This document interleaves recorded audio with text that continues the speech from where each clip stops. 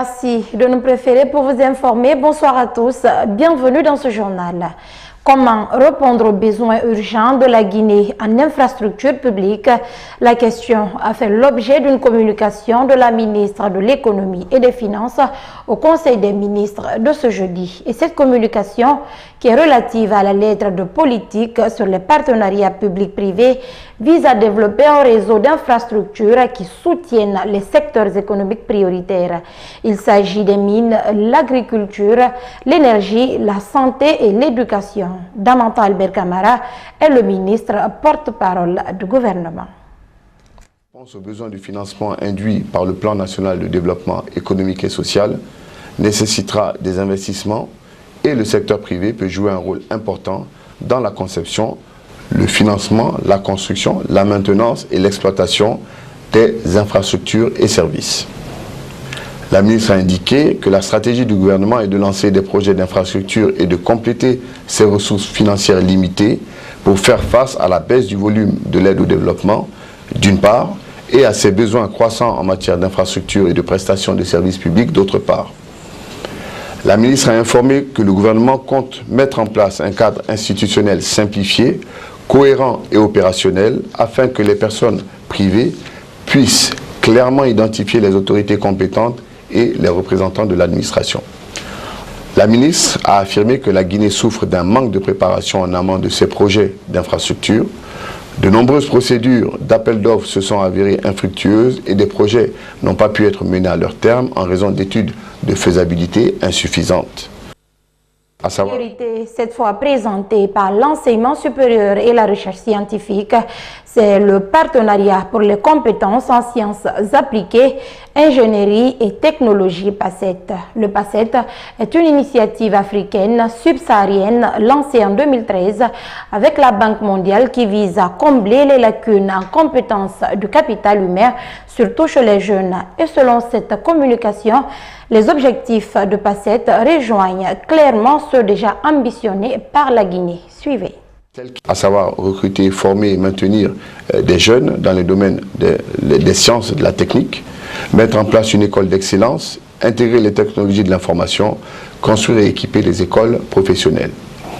Pour rejoindre la liste des pays comme l'Éthiopie, le Sénégal, le Rwanda, le Kenya et la Côte d'Ivoire et bénéficier de toutes les offres de formation, la Guinée doit contribuer dans les meilleurs délais au fonds Bourse Asset à hauteur de 2 millions de dollars. Elle pourra alors dérouler son programme de développement du capital humain dans les secteurs prioritaires tels qu'ils sont définis dans son programme national de développement économique et social. Le ministre a informé que dans le court terme, les départements de l'enseignement supérieur et de l'enseignement technique envisagent des actions urgentes, à savoir un plaidoyer pour le paiement de cette contribution de la Guinée, l'élaboration d'une stratégie de développement des compétences sur le plan national, la désignation par le ministère de l'Enseignement supérieur d'un point focal, la mise en place d'une cellule nationale AZET, la mobilisation en synergie avec le projet Booster les compétences pour l'employabilité des jeunes, d'un partenariat national public-privé autour du développement du capital humain, et enfin la construction avec des partenaires spécifiques, la Banque mondiale et le benchmarking, aux fins de développer le capital humain en Guinée. Ces propos ont été recueillis par Daouda Mohamed Kamara. Sur initiative de l'OMS, Organisation mondiale de la santé, une réunion de haut niveau sur les vaccins anti-Ebola pour la Guinée et le monde s'est tenue ce jeudi à Conakry sous la présidence du chef de l'État, professeur Alpha Condé. Cette rencontre scientifique a pour but de souligner l'importance des efforts de collaboration et de partenariat fournis par plusieurs pays et institutions publiques et de sécurité mondiale. Commentaire Soirée Boubacar. La réunion qui regroupe plusieurs chercheurs et spécialistes en santé publique s'est penchée également sur la façon dont l'expérience d'éradication d'Ebola a contribué aux efforts de prévention et de contrôle des épidémies. À l'occasion, le ministre de la Santé et de l'Hygiène publique, le Dr Abdourahmane Diallo, a précisé que les maladies à potentiel épidémique constituent une menace internationale.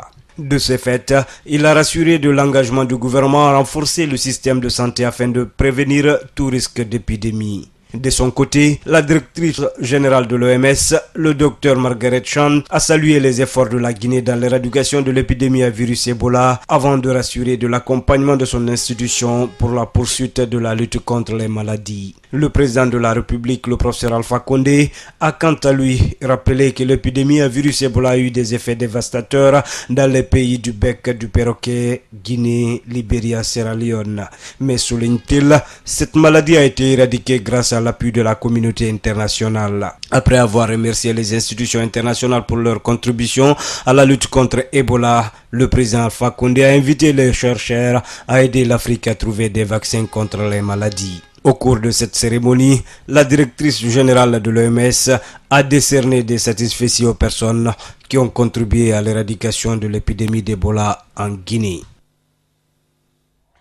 La journée mondiale de la liberté de la presse s'est achevée en Guinée avec la première édition de la Nuit des médias. Cette initiative de Wassolon, agence communication, vise à faire un point sur l'exercice du métier de journaliste à travers une réflexion sur les approches, les pratiques et les conditions de vie et de travail des hommes de médias. Une façon d'évaluer le chemin parcouru et les défis du secteur. Salom Kandé.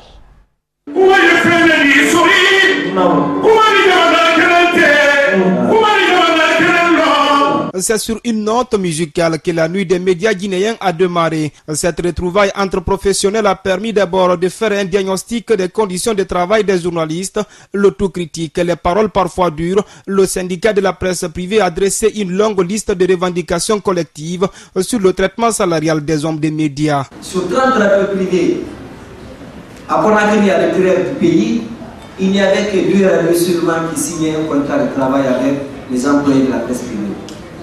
Et sur les 30, il n'y avait que 11 qui respectaient le 6 440 000 francs guinéens. Et sur les 30, rien que 3 seulement assuraient les journalistes, soit à la Caisse nationale de sécurité sociale ou dans une banque d'assurance. La fois passée, on était choqués quand notre chef de l'État disait qu'il n'écoute plus les radios. Il ne suit plus les journaux. Oui, c'est vrai, d'une part, c'est vrai. Mais comment est-ce que vous voulez qu'un journaliste soit professionnel s'il n'a même pas le SMIC? Ça fait pas 2 semaines que j'étais à l'intérieur du pays, monsieur le ministre. J'ai rencontré des confrères qui n'ont même pas 100 000 francs guinéens. 100 000 francs par mois. Ils sont nombreux ces journalistes qui n'ont même pas ce contrat de travail.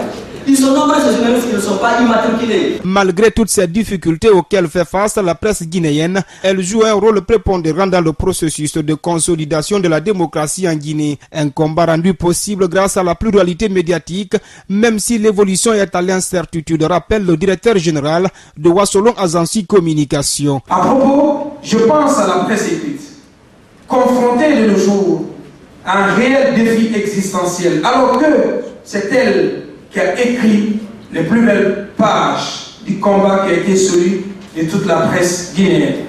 L'occasion s'offre à nous, nous professionnels des médias, mais aussi à vous gouvernants, à vous de la classe politique, à vous de la société civile, des ONG, à vous citoyens tout court, de poser le débat, aussi bien sur la question de la liberté de la presse dans notre pays que sur les conditions d'exercice du métier, les risques liés à celui-ci. Cette évaluation a permis de dresser les défis et faiblesses des journalistes, notamment celui de la formation. D'ailleurs, certains participants ont fait remarquer des égarements des journalistes dans le traitement de l'information ces dernières années en Guinée. À l'occasion donc de cette nuit organisée à l'intention des médias, un panel de discussion sur les dérapages constatés dans l'exercice du métier de journaliste a été animé par Boubacar Yassine Diallo et Thibou Camara. Les panélistes ont tout d'abord fait l'autopsie des manquements avant de proposer des comportements à adopter par les hommes de médias. Le point avec Li Mariam Bailo. La parole du journaliste est souvent considérée comme celle de l'évangile. Pourtant, ces dernières années en Guinée, certaines dérives sont constatées dans l'exercice du métier. C'est pourquoi cette nuit dédiée aux médias a été l'occasion pour les panélistes de faire une rétrospective sur les manquements liés à la pratique du métier. Lorsqu'un journaliste n'est pas formé, lorsqu'il n'est pas outillé, vous le mettez sur le terrain. J'ai entendu tout ce qui a été dit tout à l'heure. Vous le mettez sur le terrain. Parfois, il est même stagiaire. Il y a 2 jours, on m'a envoyé un stagiaire pour m'interviewer. Il savait à peine poser une question. La première conséquence, il ne vous rapportera rien. La deuxième conséquence, la plus grave, il va vous rapporter de fausses informations. Il y a des possibilités de dérapage lorsqu'on traite des opinions. Vous prenez vos journalistes, vous leur dites d'aller couvrir un événement politique.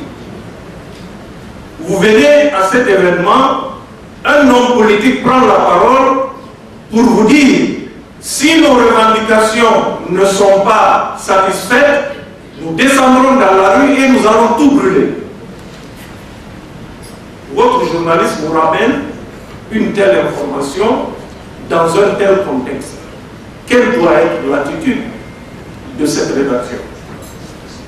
Premièrement, si vous ne diffusez pas l'information, le leader et ses soutiens disent que vous l'avez censuré, tout simplement.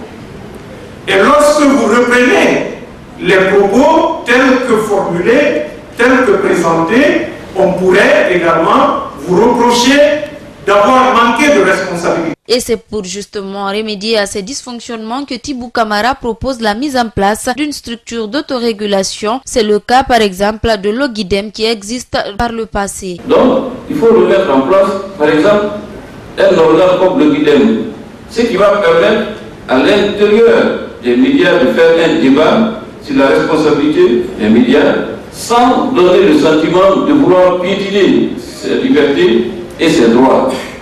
Donc, moi je crois que le jugement des pairs, plus cet organe qui a été dédié à la presse et qui n'a pas vocation qu'à réprimer, mais qu'à discipliner le métier pour lui permettre de s'épanouir. Parce que vous voyez, la liberté est quelque chose d'extrêmement fragile, au point que ce n'est jamais acquis. Mais c'est tellement précieux qu'on ne peut pas non plus la perdre. Donc, pour que la presse continue à être forte, elle doit se montrer responsable. Avant de clore la cérémonie, les initiateurs ont procédé à une remise de satisfecit à certains journalistes qui se sont fait remarquer dans l'exercice du métier et d'autres à titre posthume comme Moussa Mara de la RTG et Mohamed Koula Diallo du site guinée7.com. D'une retrouvaille à une autre, le rôle des médias dans la promotion des sociétés pacifiques, justes et inclusives, c'est sous ce thème que la structure Univers Média a aussi célébré hier la Journée internationale de la liberté de la presse dans un réceptif hôtelier de la place. Ce cocktail de presse, qui s'est voulu un instrument de rassemblement des hommes de médias, a réuni quelques personnalités du pays, dont le ministre d'État, conseiller personnel du chef de l'État, Tibou Camara. Compte rendu Diao Bachir. Si les hommes de médias célèbrent ce 3 mai, c'est que la jeune démocratie guinéenne est en marche. Voilà ce qu'a souligné en substance le ministre d'État, conseiller personnel du président de la République. Cette rencontre a été surtout une occasion pour le président de la structure Univers Média de poser une doléance en faveur des confrères en situation difficile. Notre cérémonie est opportune pour vous présenter notre plaidoyer susceptible de faire de plus tourner votre attention sur les faits qui empêchent à bon compte la presse nationale de vite prospérer sur les fonds de bastissement de la lutte démocratique en Guinée. Nos anciens du métier sont ici, certains et d'autres sont aliqués malades, impotents, presque oubliés des autorités du pays, alors qu'ils ont tout donné pour la Guinée. Il est temps de leur donner la chance d'aller profiter des pratiques médicales les plus à même de les aider à se relever. Après avoir félicité les organisateurs, le conseiller personnel du chef de l'État a encouragé les journalistes à poursuivre leur combat dans le respect des lois. Car, selon Tibou Camara, la liberté d'expression dans un pays demeure le baromètre de toute démocratie. Je voudrais donc vous encourager à persévérer dans l'effort d'informer notre opinion et d'éduquer notre pays dans le sens de la liberté et de la démocratie. Tant que la presse se portera mieux, la démocratie ira de l'avant. Vive la presse, vive la démocratie pour que la Guinée continue à être un pays libre, uni et prospère. Vu le rôle que jouent les médias dans le développement d'une nation, le président du Conseil national du patronat de Guinée, lui, sollicite une synergie d'action pour booster le pays. que nous est venu de faire une proposition méritée aux responsables, je dirais bien les présidents des associations de la presse et toute la presse entière,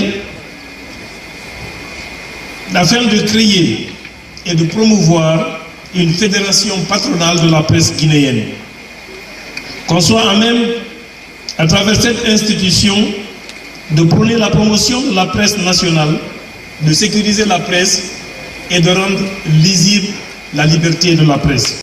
Des satisfecits ont été remis aux personnalités du pays, notamment le chef de l'État, pour leur engagement en faveur de la liberté de la presse dans le pays. Restons toujours dans le cadre de cette célébration pour dire que la presse guinéenne, à l'instar de celle des autres pays du monde, a célébré ce 3 mai dans un contexte de multiples interrogations. Ces questionnements sont entre autres le niveau du dossier Mohamed Koula Diallo et des enquêtes pour retrouver Chérif Diallo. Depuis l'assassinat de l'un et la disparition de l'autre, ces questions restent en suspens. À l'occasion donc de cette journée, le ministre de la Justice et garde des Sceaux a tenté d'y apporter des précisions. Les détails avec Alseni Diallo. Quand on touche à la vie d'un journaliste, on commence à démanteler un état de droit. Si pour la corporation, ces deux dossiers patinent toujours au niveau de la justice, aux yeux de Maître Cheikh Sako, le dossier Koula Diallo surtout suit son cours normal. Le journaliste assassiné, je rassure les journalistes qui sont là, c'est une procédure criminelle qui suit son cours. L'affaire a été renvoyée devant les cours d'assises, mais comme la cour d'assises n'existe plus, l'affaire va être jugée par le tribunal criminel de Dixine. Disparu depuis maintenant 2 ans, le cas Chérif Diallo inquiète toujours. L'enlèvement d'un journaliste aussi qu'on a connu dans notre pays, là aussi, et en matière d'enlèvement, j'en ai connu des journalistes qui ont été enlevés dans d'autres pays, pas forcément des pays d'Afrique. Donc c'est des procédures qui sont suffisamment longues parce que justement, l'objet du délit n'est pas là. Donc il faut des recherches. Un juge d'instruction est saisi dans ce dossier. Certains journalistes ont été entendus, notamment le responsable de la ligne, du journal La Ligne, la famille également. Et ça va continuer. Il n'y a pas de prescription, ou en tout cas la prescription elle est assez longue. Le ministre de la Justice promet que dans les 2 dossiers, lumière sera faite. Et Maître Cheikh Sako invite par ailleurs les journalistes à plus de professionnalisme dans le traitement d'informations, car aujourd'hui, la presse occupe une place importante dans la sphère géographique du pays. La presse contribue également au développement socio-économique et professionnel, a ajouté Maître Cheikh Sako. Qui incarne l'autorité morale de la Basse-Guinée? C'est la question qui brûle actuellement les lèvres des citoyens de cette région. Un Kuntigi intronisé, un autre en attente pour la gestion des affaires coutumières des populations côtières. D'un côté, Elijah Sekouna Souma, de l'autre camp, Elijah Mamadou Souma. Les ressortissants de cette localité ne savent plus à quel sein se vouer. Moussa Sefa Kamara. Kuntigi pour un même fauteuil et pour une même région, la Basse-Côte. Un état de fait qui divise aujourd'hui les filles et fils de la région. Les enfants de la Basse-Guinée semblent se diviser autour du sujet de leur patriarche. Le camp El Hadj Mamoudou Souma, nouvellement présenté par certains fils de cette localité, ne reconnaît pas la légitimité de l'Aïssérouna Souma, qui aussi bénéficie le soutien d'une bonne partie de la Basse-Guinée. Je dis que chez nous, ce n'est pas l'administration qui installe les sages. Ce n'est pas l'administration. Et même nos chefs coutumiers n'installaient pas les sages. Le sage, il est indépendant. Ici, je dis que nous avons affaire à quelqu'un qui a été installé par l'administration. Celui qui s'estime la seule autorité morale de la région côtière revient ici en détail sur le rôle d'un vrai Kuntigi, tout en insistant sur sa légitimité. Le Kuntigi, ou Kuntigi exactement en langue soso, c'est lui qui indique le chemin à suivre. On ne lui indique pas le chemin à suivre. C'est lui qui indique le chemin à suivre et ce chemin est analysé et adoptée par les autres. Donc, ici, jusqu'à nouvel ordre, la seule autorité morale qui n'est pas sous les ordres de l'administration ni d'un parti politique est représentée ici, est sous l'autorité de El Hadj Mahmoud Ousmane. Il reste maintenant à savoir qui des deux Kuntigi aura la confiance de la majorité des sages de la Basse-Guinée, attendant de voir. Les jeunes Guinéens ont perdu le repère. C'est en tout cas ce que pense Dr Alassane Chérif dans son livre intitulé « Structure de la famille guinéenne, éducation, transmission, valeurs familiales et citoyenneté ». À travers cette œuvre de 164 pages, l'auteur veut amener la nouvelle génération à regarder dans le rétroviseur et à connaître leurs traditions. Alassane Chérif a présenté cet ouvrage ce jeudi aux hommes de médias. Ça à Luyombono. Ce livre est en quelque sorte l'analyse que se fait Dr Alassane Chérif à son retour en Guinée après près de 50 ans passés en exil. L'auteur, dans la structure de la famille guinéenne, fait un constat qu'il trouve alarmant. J'ai écrit ce livre parce que je trouve que la jeunesse aujourd'hui a perdu certains repères. La notion de famille n'est plus aussi structurée qu'avant. On commence, surtout dans les grandes villes, on commence à perdre un peu la solidarité intrafamiliale. C'est-à-dire avant, la famille était très très solidaire. Mais aujourd'hui à Conakry, ça existe encore un peu, il ne faut pas exagérer. Mais il faut aller très loin, presque dans les campagnes, pour sentir cette fibre-là. Parce que cette solidarité, ça s'effondre un petit peu. Puis les jeunes manquent un peu de, comment on appelle, de valeur familiale, parce que vous avez oublié beaucoup de choses. Et moi je dirais même que c'est ce qui fait aussi perdre la notion de citoyenneté. Plus de 3 années de recherche ont permis aux psychologues cliniques d'entrer en profondeur dans la diversité culturelle guinéenne pour aboutir à cette œuvre qui amène les jeunes du pays à s'interroger sur les valeurs authentiques de leur nation. C'est ainsi pour l'auteur Alassane Chérif une manière de pousser les jeunes à une prise de conscience. Amadou Hampâté-Bâ, je le cite toujours, il disait que maintenant l'étudiant d'aujourd'hui, d'après lui, si c'était sa propre volonté, il passerait d'abord par avoir, on appelait ça une UV, unité valeur, un certificat dans l'anthropologie de son pays. Parce que si tu ne connais pas ton pays, comment tu peux négocier avec l'autre qui vient travailler avec toi dans ton pays? Tu ne peux pas. Il faut avoir une vraie connaissance, mais traditionnelle et culturelle de ton pays pour pouvoir t'affronter à l'autre. Dans la structure de la famille guinéenne, Dr Alassane Chérif aborde la question du mariage. Pour lui, la valeur de cette union sacrée en Guinée réside dans la manière à chaque communauté de la célébrer. Dans une société où la mondialisation bat de l'aile, Alassane Chérif n'exclut en aucun cas le métissage culturel, mais insiste sur la nécessité pour chacun de garder jalousement ses coutumes et ses mœurs.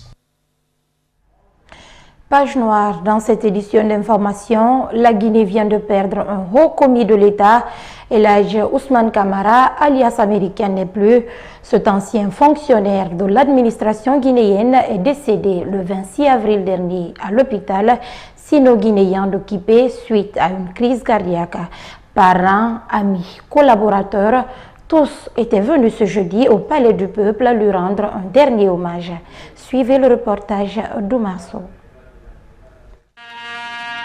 7 jours après la disparition de El Hadj Ousmane Camara, ancien ministre de la Sécurité, ce jeudi matin était le jour choisi pour ses obsèques funèbres. Devant toute l'assistance, des hommes et femmes qui ont connu l'illustre disparu se sont succédés pour témoigner leur compassion à l'endroit de cet ancien fonctionnaire de l'administration publique. Pour Moussa Koulibaly, porte-parole de la police, le défunt qui est accompagné vers la grande paix du dernier sommeil a donné l'essentiel à son pays sans réserve. À cela s'ajoute son parcours élogieux avec les postes qu'il a occupés dans l'administration. Ousmane Camara, américain, a été gouverneur de la ville de Conakry, Boké, Kindia, ainsi que ministre de la Sécurité de la Présidence civile, sans compter son passage à l'Assemblée nationale en qualité de député du peuple. Sur le plan professionnel, aux yeux de ses collaborateurs, Feu Ousmane Camara aura été un policier compétent, avisé et soucieux de la protection des hommes et de leurs biens. L'homme dont le corps gît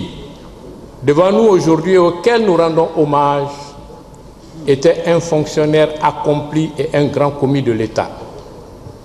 Au sein du ministère de la Sécurité et de la Protection civile, où il a répondu à de nombreuses attentes au prix de tant de sacrifices, il a insufflé un esprit d'équipe et de coordination pour la réussite des missions qui lui étaient dévolues. Au niveau de la famille, la consternation est totale. Difficile de parler de l'illustre regretté, en ce sens que cet ancien fonctionnaire parlementaire représentait tout aux yeux de sa famille. Nous gardons de toi, mon cher Baba, bien-aimé, un souvenir honorable, car tu fus un père qui a mis au monde 4 enfants vivants, 3 garçons et une fille, que tu as entretenus pour leur réussite à travers une bonne éducation.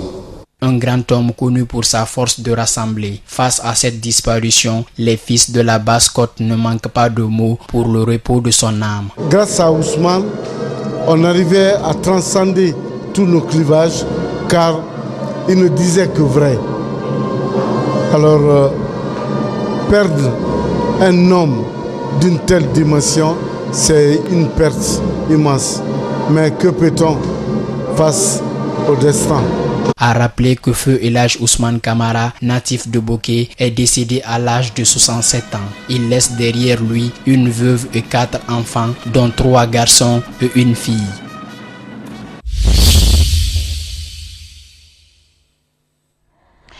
Le plateau de télévision qui accueillait hier soir le débat présidentiel français s'est donc transformé quelques secondes en ring de boxe. Il restera dans les annales pour sa virulence, certains diront même pour sa violence. Emmanuel Macron et Marine Le Pen en sont quand même parvenus à développer quelques points de leur programme entre deux passes d'armes. Suivez. En position de challenger, distancée dans les sondages, Marine Le Pen n'avait pas d'autre choix que celui de l'offensive. Et dès les premières minutes, elle donne le ton. Monsieur Macron est le candidat de la mondialisation sauvage, de l'ubérisation, de la précarité, de la brutalité sociale, de la guerre de tous contre tous. On a vu les choix que vous avez faits dans ce second tour et qui révèlent peut-être la froideur du banquier d'affaires que vous n'avez probablement jamais cessé d'être. Écoutez, vous avez démontré que vous n'êtes en tout cas pas la candidate de l'esprit de finesse. Prémisse d'un débat houleux où le dialogue paraît impossible et les positions irréconciliables, notamment en matière économique. Vous proposez des augmentations d'aides ou des baisses d'impôts que vous ne financez pas. Vous avez dit des cadeaux. Je dis, Madame Le Pen, que votre projet est un projet caché. Deux candidats également en rupture totale sur l'Europe. Marine Le Pen pressée de clarifier sa position sur la monnaie. Vous proposez bien de sortir de l'euro. Non, je veux renégocier pour que l'euro, on s'en libère et on le transforme en monnaie commune. Une grande entreprise, elle ne pourra pas payer en euros d'un côté et payer ses salariés de l'autre en France, c'est n'importe quoi, Madame Le Pen. Et le ton monte encore d'un cran sur le terrorisme, Marine Le Pen accusant Emmanuel Macron de complaisance et prônant entre autres la fermeture des frontières. Vous attendez l'attentat, vous? Mais je n'attends pas l'attentat. Et moi, j'attends pas l'attentat. Simplement, quelqu'un qui est dans ses dispositions d'esprit, la déchéance de nationalité brandie par Madame Le Pen, vous pensez que ça le fait trembler? Il faut aller beaucoup plus au cœur, beaucoup plus au fond, être beaucoup plus concret. Une joute sans merci qui laisse place aujourd'hui au terrain avec des déplacements prévus pour les deux candidats. Et au lendemain de ce débat, le marathon de la campagne a repris pour les candidats. Marine Le Pen était aujourd'hui à Dole en Bretagne où elle a été accueillie par des G2. Quant à Emmanuel Macron, il devait tenir un meeting en plein air à Albi. A priori, ce sera la dernière étape de sa campagne. Suivez. La nuit fut courte pour Marine Le Pen comme pour Emmanuel Macron. Ce matin, ils étaient à nouveau devant les micros. La candidate du Front National commente sa prestation d'hier soir. Oui, je suis satisfaite. Aucun doute sur la méthode. On a un peu cassé les codes. Un débat souvent violent, mais Emmanuel Macron n'a aucun regret. Je crois qu'il faut débattre avec le Front National, parce qu'on n'arrive pas à tordre le cou à tous les mensonges, mais on en tue quelques-uns, parce qu'il est indispensable d'aller sur le terrain de bataille, même si on se salit un peu. Pour Marine Le Pen, c'était un échange au niveau adéquat. De piètre qualité ou Non, pas? non, je crois pas du tout. Non. Je crois pas du tout. Il a été Beaucoup de Français sévère. le disent ce matin. Non, il a été sévère. Il était nécessaire qu'il soit sévère parce que, encore une fois, l'enjeu est fondamental. Quelques heures plus tard, alors qu'elle vient d'arriver sur le site d'une entreprise de transport en Bretagne, Marine Le Pen est prise à partie par une cinquantaine d'opposants. La candidate doit encore se rendre en Picardie pour un deuxième déplacement. À l'opposé, Emmanuel Macron est en route pour le sud de la France. Il tiendra son dernier meeting à Albi. C'est la fin de ce journal à tous. Merci de la fidélité. À demain pour une nouvelle édition. Bonsoir à vous.